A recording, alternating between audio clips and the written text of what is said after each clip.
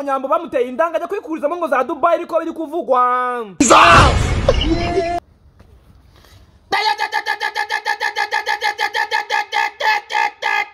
What be this? Umutwe w'inkuru uri muragenda uvuga ngo ngase koko Titi yaba yarateye inda Nyambo akajya kwihubanurizamo za Dubai. Ibi bikaba byatangiye guhwihwiswa nyuma y'inkuru y'umuntu witwa Jihad yatangiye kuvuga yitiriwe uwitwa Kadubiri namwe na Nyirabunuma. Gusa muri comment bakomeje kugenda bavuga ati uwo Kadubiri ni Titi Brownia. Noneho Nyirabunuma ni Nyambo. Amakuru dukesha umusesenguzi Jihad ari kuvuga yuko ngo imikino ya Kiboyi ni ya Kibesto Nyambo na Titi bakomeje gukina. Abayagarutseho nka Nyirabunuma na Kadubiri. Iyo mikino yaje kuvamo kana kamwe bita Kakibwa.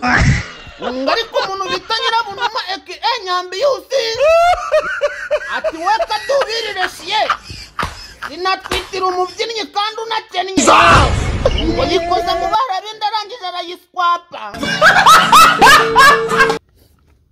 Ngo byagenze gute rero?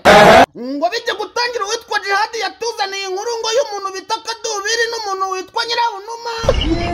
Ngo gusa muri comment abanyarwanda bisukiranye bavuga ati Jihad we kwivuna twarangije kumva abantu uri kuvuga. Ngo Kadubiri na Nyirabunuma ni Nyambo na Titi ntukajya ubeshya abantu ntago turi inka nushaka kubeshya uzabeshya inka Nyabugogo. Inkuru zagiye kumeje kugenda zivuga yuko ngo uyu Nyirabunuma yahuriye n'umuntu bita Kadubiri mu kabari. Ngo Kadubiri yarazwiho kubyina cyane ngo atera udushakushaku mu kabari bakamuhemba amamitsingi. Ngo nyamara ngo witwa ngo Nyirabunuma ngo we ngo yarashinzwe kureba umukira ngo ufite amafaranga yarangiza akamucyura. Ibi ngibi Nzovu yataziriye akazina k'indangamirwa. Ngo mbese muri makeya ngo nka kumwe Jimmy Gatete yateraga amasantere mwizamu kugira ngo abe hakoresheje akaguru. Ngo uyu Nyirabunuma yatangaga umusuwagege kugira ngo abeho. Sinzi niba uri kumva icyo kintu. Ngo Jihad akomeje gutanga izi nkuru za Kadubiri hamwe na Nyirabunuma ngo yageze ku bintu bya Kwaceni kwa ndani kwa musuwagege. What be this? Yuko uyu Nyirabunuma hamwe na Kadubiri yo bakoraga ikintu cyo kuyakabyizi. Ngo muri Wuntente ya Nyirabunuma havagamo ikintu cy'umuhumuro na bumanzi cy'urugaze rukomeye cyane ku buryo n'isazi ikunda umunuko iyo yawuhumekagaho yahitaga yipfisha igaturika. Sinzi niba uri kumva icyo kintu. Ngo Jihad mu gusasanura inkuru za Kadubiri yavuze ko uwo Kadubiri yaba yarafunzwe imyaka 8 azira Wuntente. Ariko abanyarwanda muri comment bakavuga ture kare washirashi ibintu byo kugenda wiyoberanya uyobye inkuru nago tubikunze. Ati nibyo Kadubiri yarafunzwe azira Wuntente ariko iyo myaka 8 ushizeho niyo kuyobya iperereza. Ngo kera kabaye uyu Kadubiri yaje kuva muri gereza ngo mu bintu byo gufungirwa umusuwagege. Ngasohotse asanga uyu Nyirabunuma yabaye umusitari yaragafashe yakinaga ngo mu mafilime menshi cyane. Ngahoberana na Kadubiri amarira yitura hasi ngarangije bumvikana yuko agiye kumwondora. Ngo Nyirabunuma ngo yiyemeza guha ibintu byose Kadubiri yabuze igihe yarari muri gereza. Ariko ku ikubitiro ngo hivangamo ibintu bya Kwaceni kwa ndani kwa musuwagege. Amakuru avuga yuko uyu Kadubiri nubwo yakomeje kurya umusuwagege wa Nyirabunuma ku buryo bwihanukiriye ngagira ngo amwiharire wenyine. Ariko Nyirabunuma yakomezaga kugenda atambaza umusuwagege mu bandi bantu bafite amafaranga. Ngo kuko Kadubiri ikintu yari azi ko ari ugukubita umwumbunda gusa. Ariko ku mafaranga yari umukene wo kubabarirwa. Ngo kandi amafaranga yatumaga asunika ubuzima yagombaga kuyahabwa na Nyirabunuma. Ngo yari bureka abashoboye gukora akazi bakagakora nubwo bari bujye kugakorera mu bandi bagabo bakamuzanira. Ngo kera kabaye ya mikino y'umusuwagege rero umuntu bita Kadubiri na Nyirabunuma bakinnye yaje kuvamo gutwita. Ngo Nyirabunuma areba gutwitira umugabo utagira ibiceri. Ngo yirirwa aremera ku manywa na nijoro. Ngo aravuga ati aho data sinabyarira reshiye. Ngo arangira avuga ati inda rero ninyikuriramo hano i Nyarugenge abantu barazi ndi umusitari. Ngo yirabya mu mabondo ya Rwanda iramugurukana imugeze zo bita za Dubai ngo umwana arangiza arangije aramukoropa. Ayiwe gute bafata sitori za Kadubiri na Nyirabunuma bakazigereka kuri Nyambuko? N'ukuntu Nyambo yakoze uko bishoboye kose akita ku muhungu wacu akamumara depression yaravanye muri za geri. Ariko kuba icyamamare uri n'umuntu mwiza nka Nyambo wubaha abantu katana basuzugura n'ibibiko. Reka ntangire mwiyumvire. Mu mujyi w'i Nazareti dufitemo witwa Nyirabunuma. Mu ntega amatwi tujyane. Hakazamo n'uwitwa Kadubiri, ariko Kadubiri we ni umukinnyi wa filimi n'umunyamideri akaba n'umubyinnyi kuko yabyiniraga i Betelehemu. Hanyuma rero barahuye kuko uyu Kadubiri ni umubyinnyi ujagaraye yahise ajya kubyinira i Nazareti mu kabari kaho. Mu kuhajya kuko Nyirabunuma we yakoraga umwuga w'uburaya i Nazareti. Noneho mu kujya kubyina Nazareti yahahuriye na Nyirabunuma kuko Nyirabunuma yari mu ndebere y'ihisi. We ngo yarinda yayobotse uyu mujyi, undi nawe ngo ngupuritse ngo akamubwira ngo genda wumva ibyo ari byo. Bagenda wumva urwo mpureyo nayo. Ngo reko ngo ugende umeze nk'uwagize cyambaye agapfukamunwa. Hanyuma rero uyu mubyinnyi n'abahereza inkuru yaje gufungwa igihe kingana n'imyaka 8. Azira ngo kwiba umupuri. Yibye umupuri bamufunga imyaka 8. Yafunzwe imyaka 8. Yibye umupuri. Mu gufungurwa rero ati yego ko ati ni wowe wafungiwe umupuri imyaka 8. Ati cyo ngwinungwemo ati ngwina nguguhate amurundamo. Mu kugiye ibyamurundamo rero buriya ngo Kadubiri nyina ararunda. Ngo ararunda aragenda ngo ararunda. Nyirabunuma ngo aragenda aranyurwa ava muri gengo y'abakora umwuga w'uburaya. Asiga abagenzi be bakoranaga ku iseta. Kadubira baramwanuye. Mu kugenda birazenguruka bitani barazamuka baza no gushwana, ariko finally Kadubiri yaje kudomeka inda Nyirabunuma, niyo mpamvu ngo yabuze Nazareti. Noneho Nyirabunuma nawe aravuga ati nzabwira iki abantu b'i Nazareti ko bazamvuga zikanyota, ariko nacyo mu kidumva najya kuba manyabo hariya sho ngo ko bagenzi banjye twahuriraga ku iseta bazanuka ni kanaka yagiye muri ibi kandi bazi neza nubwo yakundanaga na Kadubiri kuko yari sakintu n'ubundi uwo mwuga w'uburaya yarawukoraga kwa pra. Akaza agaha Kadubiri amafaranga agakitunga agatunga na famiye kuko Kadubiri yagombaga kwibaka amaze imyaka 8 yose afunze. Afunguwe ati rero akira nkutemu, ati ndagutama ifaranga nkutemo n'umupuri w'i Nazareti. Abandi bakajya baza bakabwira Kadubiri ngo ariko sengo Nyirabunuma ngo wumva ngo ari sawada ngo impumuro ni poro ngo inkweto ni poro ni saha ni poro ati ati ribarwanya icugusa nka champagne. Kadubiri adomekinda Nyirabunuma nawe arangije ati yababa we ati ndasebeye ku cyari wacu Nazareti barabimenya. Niko kwerekeza i Dubai ajya gukuramo inda. Ibaze kuva i Nazareti akajya gukuramo inda i Dubai. Ngiye wowe ngo genda B1 uraryoshye icyo ngukondera mare nyota sha uri kumwe n'abapampe kirazira kwigunga ufite B1 yawe. Abakobwa b'i Kigali n'abahungu barayikunda cyane wehe. Ngiye wowe ngo genda B1 uraryoshye ngicyo ngukondera mare nyota sha narayendaye muri Hirozi apartment ngubwa neza ndanezerwa. Abadiaspora nimugere i Kigali mujye murara muri Hirozi apartment. Hirozi apartment rara neza ubugwe neza ni abasirimu barara. Aha niho hantu abasirimu barara hameze neza, bafite uburiri bwiza nk'ubu ngubu. Buri cyumba kiba gifite igitanda nk'iki ngiki kirara habami. Abayobozi gifite ibintu by'amasaro dore uburiri bwahanga kuntu bumeze na hantu hegereye umujyi wa Kigali. Nimero zaho rero reka zibahe kugira ngo umuntu wese uvuye hanze ajya ahita zifata. Ni 07 9 65 0 5. 0790650500 izo ni nimero zabo. Sasa rero nagira mbabwire yuko chano ya mbere icaho inkuru zimeze neza za Pop Balloon bayita Mahama Pop Balloon niyo Pop Balloon ya mbere nziza iryoshye neza. Link iri muri comment ya mbere. Ibyo bintu byabaye mu scenario mu bireke ibyo bintu ngo byane ibaze kujya ahantu ugiye kureba umukunzi kandi Mahama bo bajya bakora ibintu ngo byo gukina. Abo ni abakobwa bashaka bakunze ku buryo umwana uri tayari yagenda agakunda n'umukobwa w'Imahama ejo agahita abona visa akigura. Ngemba marangira shwa diro abantu mudafite ikintu mukora.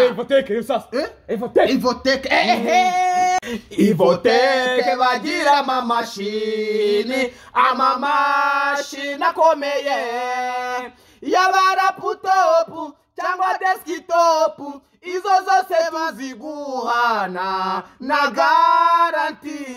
Evotech Solution dufite amamashini meza. Oya abantu bamaze kubimenya yuko ukeneye akakoresho ko akariko kose ka electronique urumva gafite uburyo bukomeye cyane bw'imikorere ihambaye. Amamashini amatelefone ya danja ama iPhone tuyagukurira ku ruganda za Dubai tumanuka inyahinya rugenge abayita muri Evotech Solution. So nimero zabo rero mwagira gutya mukazahamagara ni 07 reka nzibabwire neza Solution man nahanyaho kabisa. Niba ushaka telefone niba ushaka imashini nziza bahamagara cyangwa ikindi gikoresho cya electronique cyose 0788 94 41 oya 0788 94 81 81 abahita muri Evotech Solution.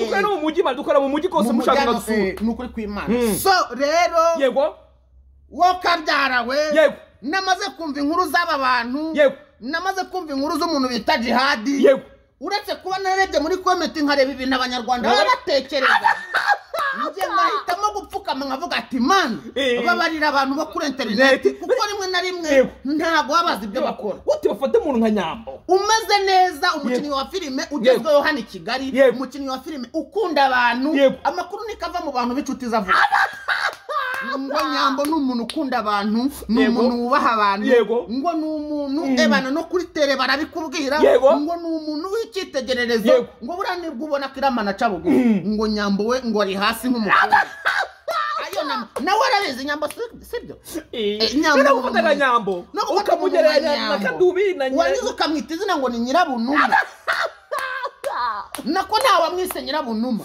Abantu bo muri comment bumvishije ibintu byabaye baravuga ati nyamara umuntu uri kwita Nyirabunuma ni Nyambo ndabana se byahereye rusanga. Reka duhera nyine aho inkuru yatangiye kugira ngo abantu bumve ngo byahereye kugira ngo abantu bajye gutekereza ngo ese kuki batangiye gufata ino inkuru bakegera kuri Titi Brown. Titi Brown nta rero mubyinnyi wenyine ubyina sibyo hari n'abandi babyinyi benshi babyina gute rero bafashe iyi nkuru bakavuga ko yaba ari Titi Brown bari kuvuga sibyo se mbabwira atawubwa abanyarwanda bamwe na bamwe bakurikira abantu bo kuri social media nabo bajye babapima mu rumogi ibintu ubundi oya kubera iki bura ntabwo babuza aho bahera buryo bahereyeho bakavuga ati niba uvuze ibingibi ubwo ni Nyambo uri kuvuga niba uri kuvuza ibingibi ubwo ni Titi uri kuvuga ni ukubera iki rero kuki abantu ari we batekereje. Impamvu rero ari we batekereje impamvu ya mbere ari we batekereje yavuze ko abyina cyo ni cyambere. Impamvu batekereje Titi bavuze yuko ngo uyu Kadubi abyina iki ni cyambere. Abanyarwanda rero sinzi impamvu batatekereje wenda Dodo Breeze cyangwa ngo batekereje General Benda cyangwa ngo batekereje undi muntu wari we wese bagahita bavuga ati bavuze ko abyina bongeraho ngo uwo muntu bita Kadubiri yarafunzwe. Tureba mu babyinnyi bo mu Rwanda uwafunzwe dusanga niba bahari ni bakeya gusa kuri liste mu bayoboye umuntu nka Jihadi yajya kuvuga mu nkuru tukamumenya nuko uwo muntu wa mbere ari umuntu bita Titi Brown. Icyo ni kimwe ikindi ndangije barongera baravuga ngo uyu muntu yazize umusuwaje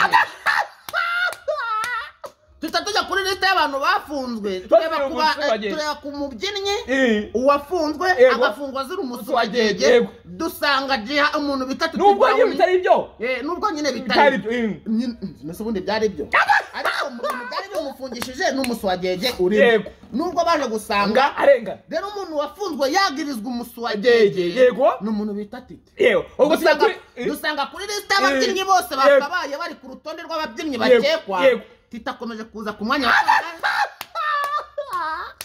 ubwo nyine ndi kuvuga gishobora kuba cyatumye muri comment abantu bakomeza kwandika yuko ari Titi Brown ariko bavuze imyaka yafunzwe uwo mubyinnyi waziraga umuswagege dusanga ni imyaka 8 dutangira kuvuga ati byose ntabwo ari Titi Brown uyu ni umubyinnyi wo mu Buganda no muri Amerika n'uwo muri no muri Amerika turamubura dusanga ngo umubyinnyi no Yeriko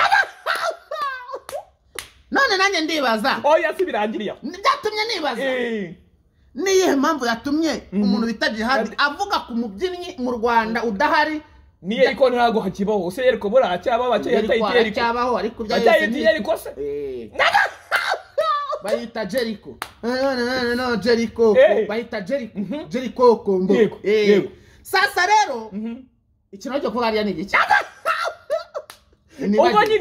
uwo nyine wari Kadubiri ni gute rero Nyambo yabijemo ko ari Kadubiri Nyambo abijemo ate ikintu cyatumye bavuga ko Nyambo se muri comment umuntu bita Nyirabunuma yaba ari Nyambo yego uko ari nk'iyi icyambere nuko ngo umuntu ngo hari bitanaga ngo hari ibintu bitanaga urumva Titi Nyambo bitanaga iki aba best arongera aravuga ngo aba bantu ngo bahuriye ngahantu ngo mu kabari ngo umwe yagiye kubyina ngo ndi ngako kabari ikintu yagakoragamo ngo yitangira umuswagege nkibaza utubari two mu Rwanda harimo na menu yo gutanga umuswagege kuri menu hari ahantu handitse ngo inzoga iguraya umuswagege iguraya impita mvuga niyo byose aho se mu Rwanda n'uwo muntu bari kuvuga ibyo ari byo byose ntabwo ari mu Rwanda nsanga koko ngo n'uwihehe Yeriko ndavuga ni icyo kirego akakanya tugeze ahangaha Nyambo na Titi bakivuyemo none mw'abanyarwanda niki cyabaroze ko umuntu yicaye akivugira inkuru z'Iyeriko mukazishyira mu Rwanda ahubwo rero tujye aho ngaho none wa musore ni gute bavuga abantu b'Iyeriko abantu bakumva bo mu Rwanda ariko hakaba ari abantu bazi gusesengura usanga ari abantu ba hafi b'abantu ku buryo umuntu ashobora kumva inkuru z'umuntu z'Iyeriko agasanga abantu b'Iyeriko nta hantu bari batandukanye nabo mu Rwanda kuko izo nkuru ziba zarabaye zisa genda gake wibuke ko no muri Bible bagusomera inkuru ya Yesu bakabigerageza kubishyira no mu buzima busanzwe bakavuga ati Yesu yaravuze ngo niba gukubita urushyi rumwe uzategura urundi nawe uzagenze gutyo ugasanga n'umuntu koko nk'ubu ngubu ndumva nagukubitira kireke kandi ati wenda yishyire ku rundi ruhande kubera ko Yesu yabivuze uri tayari Yesu yabivuze nanjye nahita nkubwira ibyo nshaka kuvuga rero uwo ni Yesu wabivuze ari ibyo wahita uvuga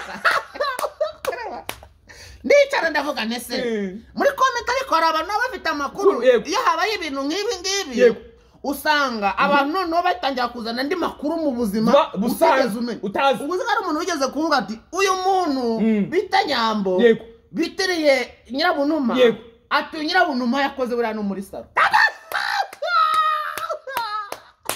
nawe yase Nyambo yarogoshaga icyo nuko nasanze iyo salo nari buyivuge kuko nge salo nzi ya mbere mu Rwanda bayita Kigali Clipazone ni nayo nkubita umucongo wese ko umucongo umaze gushiraho ariko murabona yuko ndi busubireyo nkajya kuzibuza bambwiye yuko iyo yakoze muri salo uwo muntu Burango nyuma yo gukora mwabo kabaringo yakoze no muri salo ndabana se yakoba rero muri baba baby boza mu mutwe yari muri baba baby wenda bakubura yari muri baba yarogoshaga cyangwa se yakoraga kuri case ariko baranga ngo yakoraga kuri case ariko bibaze ko umuntu bita King James yari imbidirimo arogosha oya ariko wasanga arageze ahantu bakamwogosha mwana none muri comment uburyo abantu banisesengurira bavuga ati uyu muntu mwiyo saro nawe ngo hari umwogoshi ngo hari umuntu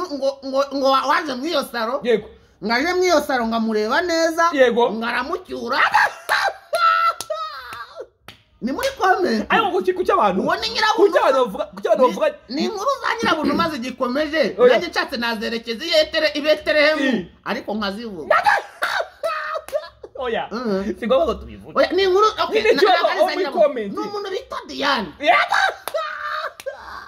uwo Diane yabaga i Betelehemu habaga saro Ndashaka kubaza. iyo saro bayitaga Mukaramba none ngo iyo saro Yego. i Betelehemu Mukarambo Yego. i Betelehemu Yego. ngo iyo saro yayikoraga kuri kesi Kuri kesi. Nyine kuri kesi ngo nukuvuga iki? yishyuzwa Yishyuza bamuha amafaranga bamuha amafaranga. bamaze kwiyogoshesha ngo ariko ngo umuntu yaje mu iyo saro Yego. ngo amaze kuyizamo Yego. ngo mujye bari kumukubita umucongo ngo aravuga ati ariko nkeneye wa mwana ukora kuri kesi Kuko ari ibyo yampaye ati bikomeye. kuko yarayamaye ibintu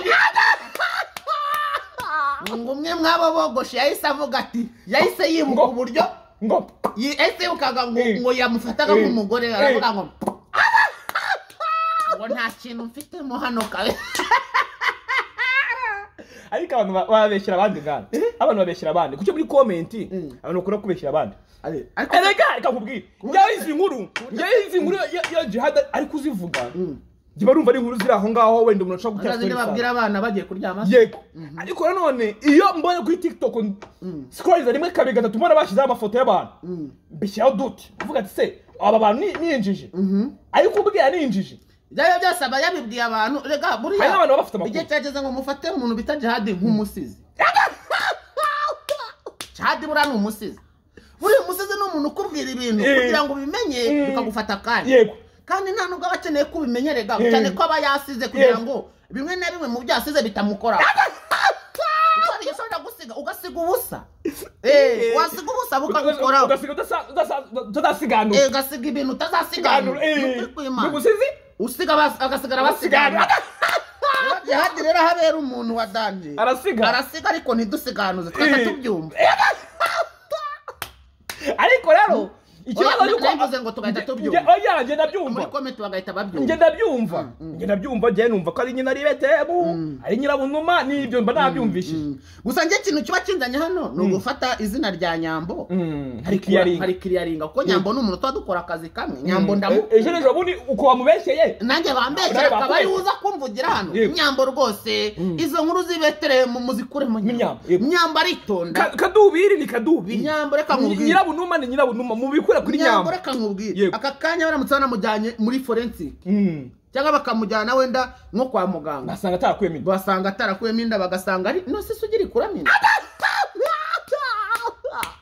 aho man kandi yabubwe yarivugiye ngo ndetse nahatite arongera avuga ati nanamubyariye yego nako yaravuze ngo ikosa rya mbere yaravuze ngo ikosa rya mbere yakora bagahita bangana nuko umwe yasaba undi yego urakoze cyane none umuntu avuga ati byibuze no kunsaba ubwabyo ni amakosa none ngo yabateranye n'amada none ngo bateranye n'amada gukimuzi guharabika ako mwajya mugendera ku bintu ba nyir'ubwite bavuze niba Jihad yavuze ko ari nyirabunuma mwabyemeye ko ari nyirabunuma witahi yego ugiye gufata ubizanamo Nyambo kubizanamo umukobwa w'abandi witonda ukabimanje ibi njye mba numva ari n'ubugoryi mwana urumva nuko nyine kumenyekana buriya nuko ngo ashobora kuvuga iyo nkuru ko ari niyo abandi bantu ariko ugasanga ko umuntu yamenyekanye aho bitandukaniye rwose tunabyemera yavuze ko nyirabunuma afite buhumura bumanzi hepfo iyo nese uko ko Nyambo yafite buhumura bumanzi akambara n'akamini kagera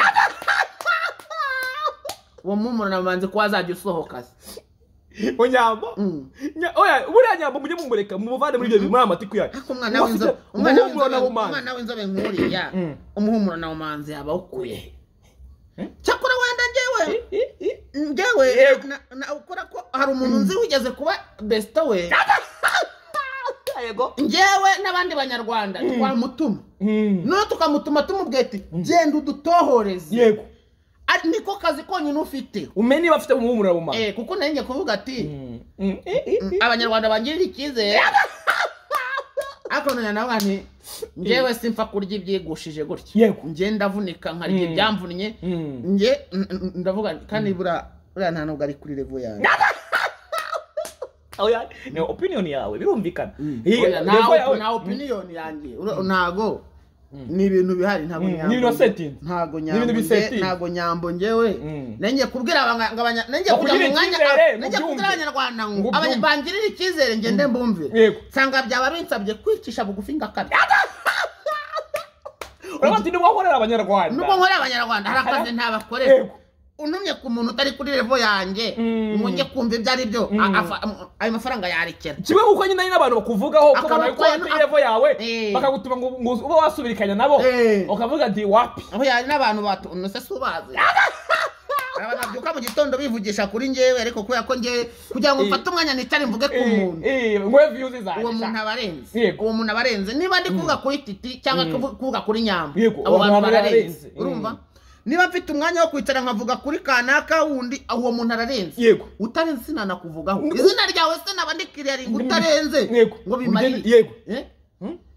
Yewe ngewe birambabaza nanjye kubona nyine abantu bikoreye ibintu byabo babashobora kuba babagerekaho ibintu nk'ibi ngibi ariko se nkibaza kuki babibagerekaho kuki ari bo buriya kantu kavuzwe cyane mu ishyamba buriya ngo ikintu kivuzwe cyane mu ishyamba ntago bari guca gusa ariko mwana kamubwira induru nivugije ku buryo umuntu yavuga muri komenti yego ngo uwo muntu ngakivana akadobiri mu munyururu ngo yahuye n'umuntu bita Nyirabunuma yego ngo Nyirabunuma barahoberana ngo ku buryo hagati yabo nubwo wacisha mu rwembe rutacamo yego ngo bamaze guhoberana yego ngo bumva n'imitsi ngo basezerana ku bantu ngo urusisiro rwose arabenga yego ngo aravuga ati muri gereza ikintu mutakunda kubona cyane n'iki aravuga ati muri gereza ntihageramo urumogi ntihageramo itabi n'urwabo w'isegereti ibyo ntabwo mbinywa kandi ibyo sinabinywa atari ko ikindi kintu kitaboneka muri gereza nshobora ati mena vuga njyewe ndano kugufasha ati umusuwagege mwana wa ngo Nyirabunuma ngasezerana na titi ngasezerana na nuza yuko uwo muswagege azawumuhereza na kadubiri ko muswagege ngazajya bumuha bica kwa kadubiri ngo yaje kumva mu bintu bitameze neza kadubiri ngo yumva ibintu ngo bitameze neza ngo by'imuhumuro nabo manzi basi baravuzanyije ariko nanone muri comment ariko Jihad ndashaka kumbaza baravuzanyije nibura ubu ngubu byarakize inkuru zawe nta kuko hari abantu baduye inkuru z'igice byarakize kugira ngo tumenye ngo bimeze bite iyo nkuru yawe ariko ikintu cya Jihad we yivugiye abandi yivugiraga abandi ntabwo ari hari n'uwavuze ati mwana ati koko ibyo bintu bari kuvuga ati yayo yose ushaka kuba afite aho biri guturuka ati kuko rwose amakuru ngarongera akagaragaza yuko mwita za Dubai rega bavuze nuko n'ubundi Nyambo yagiye za Dubai katigeza posting indege ari na muforo mfite amafoto ye ari za Dubai ariko babagiye gukora iki muri Dubai umucelebrity yarya amafaranga ashaka no kwagiye kugura kamera ncyajya kwakina filime oya yaragenda kuryoshya n'umucelebrity nibisanzwe wenda makuru make baba hwihwisa bavuga ko burango atagira na cana ari umuntu ngo inshuti wewe Nyambura naco nagiye ari umuntu ngo titi wasimbuye titi ariko se kuki ibintu byose bizamo wunceje kuko ngo umuntu asimbeje urumva ko nawe ni kumuswageye umuntu watsimbuye titi kumuswageye wapi abo aravuze ngo yari boss buriya ngo umubyinnyi ngo arazi ibintu by'imiswagege cyane ngazi no kubihandoringa cyane ngariko nguwo bari kumwe mu ngubu uretse kuba ari imfura y'Imana gusa ngari umuntu utaguca inyuma ari umuntu utakubabaza nyine wa muntu uzi gufata neza umugore kwa ariko nayo ku bintu bya kwaci ni kwa ndari kwa miswagege ngo wapi niko biri kuvugwa uwo waca dose uwo waca ego ngo ni umwana mwiza wavuze ati nibakujyane n'umva ushaka kugaruka nutinisha umutima igihe uzazira uzasanga agatima kagihari urumva ati uzikarage ujye mu bintu byose ariko bababeshya Nyambo ntabwo ibyo bintu urumva Nyambo ubujye abasa anagaragara anavugamo ni umwana w'imfura oya nanjye ibyo bintu ndabivuga nkahita ndeba muri kamera ntanaseka gute mufata nkahita mvuga ni Nyambo na Titi barababeshyera hari bahujwe n'akazi yego bari bahujwe na game akazi umwe yarabyinaga undi ari umukinnyi wa filime kumva ntaho bihuriye ari aba celebs n'ubwo ibyamamare byahuye bikora amakuru kandi ayo makuru niyo avamo yuko twebwe tugaburirwa tukabona amakonta nk'ubu turi kuyavugaho urumva bari bahuriye mu kazi yego igihe cyose icyamamare nta kintu cyatangaje ku mibanire yacyo n'undi muntu ntimukabyivange ibyo depression inde wa depurimye ngo uwitwa ngo kadubirize kadubiri gashobora kuba ngo yadeprimye bya adeprimishwa n'ibiki ngo arigiye ngo bigeze kumutera w'inyuma ntibyari se batamutera guhinyuma nega akambwira njyewe ndeka nuramuka ukundanye n'umukobwa ufite amafaranga umukobwa akishyurira inzu umukobwa akaba yiha umusatsi akajya n'imodoka umukobwa akaba afite imodoka uwo mukobwa ibintu byose hafi ya byose akaba abyikorera wakazi kawe ari ukubyina wenda bagugira n'amahirwe ukaba wenda aguha no kumuswagege kwa kucini kwa ndani kwa muswagege kuko ari byo ushoboye ceceka ibintu ureke bibe nakubwaticara mu rugo nge ngugabo ceceka wicare mu rugo ugaburire ibyo ushoboye n'ibindi nakubwati iyo misatsi sinyikunda ceceka kure imisatsi utuze cyane yuko niyo umugabo yafite amafaranga abwira umugore ati sinshaka kubona wambaye ibintu bigufi sinshaka kubona ugendana n'abari abasore sinshaka kubona ujya mu kabari icara hamwe mugaburire ako kazi ka make ko mu kabari singakunda ako kazi karaguseba akakwicaza n'umugore rero nubona yafite amafaranga kugenera ibintu byose ari kugabura imice ceceka kuyobora niko bimeze umuntu wese ufite amafaranga hano muri Nyarugenge arayobora nuko bikorwa twakwigendeye ubu twakwigendera kuko ndabona umuriro wabuze